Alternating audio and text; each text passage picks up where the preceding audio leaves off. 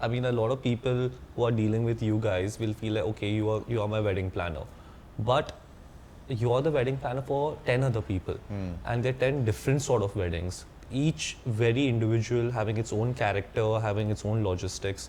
So there is so many things happening with you guys and your team. So how do you guys manage this? So firstly, we have different, between Adel and I, one of us are always part of it. So in order to mitigate all the back end stress as well, we take up only about 10 to 15 weddings every season. We don't take up more because personally we can't get involved in more than that. Secondly, we have client servicing heads. So say for example your wedding, I'll be there and with me there'll be one other person who will be servicing you. In the back end, we have our team to handle the logistics, the RSVP, all of that, but that happens in cohesive sync. So not one person will probably handle only 2 RSVPs because you're looking at like 400, 800 guests depending on where the event is for each wedding. So we try not to overload even our team because there's only that much that they can also focus on and do. And at the same time, we also don't keep back-to-back events. So we usually try to have like a couple of days in between each event to have that downtime to start and be fresh for the next event.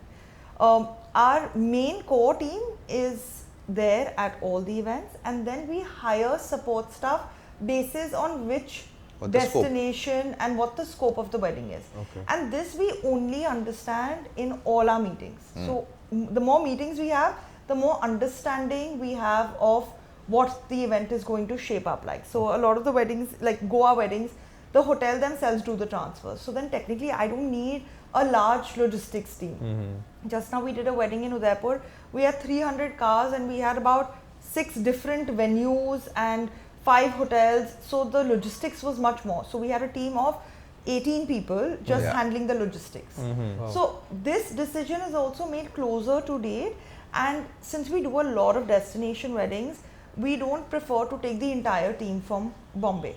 We prefer to take local team. It saves a lot of cost for the client also in terms of transporting them from here, the staying, all of that. So we try to mitigate that as well as much as we can in in the client's benefit and in our benefit, because having a local team sorts out all your last minute guest and client requests. Makes and sense.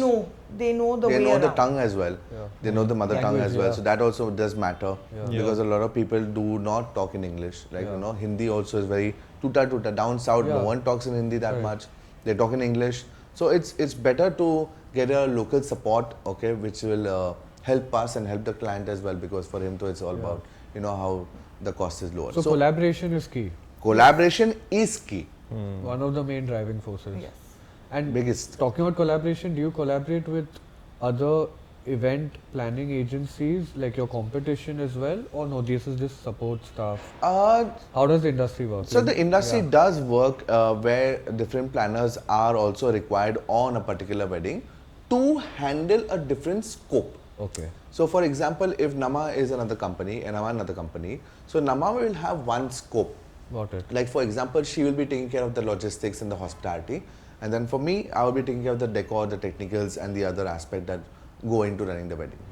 So no two planners are involved in one particular scope. What happens is then there's a lot of ego clash, right? Ego clash and professionalism clash, right? There will be a different set of ways that we work in. The other planners work in a very different set of ways, right? So then that sync doesn't happen.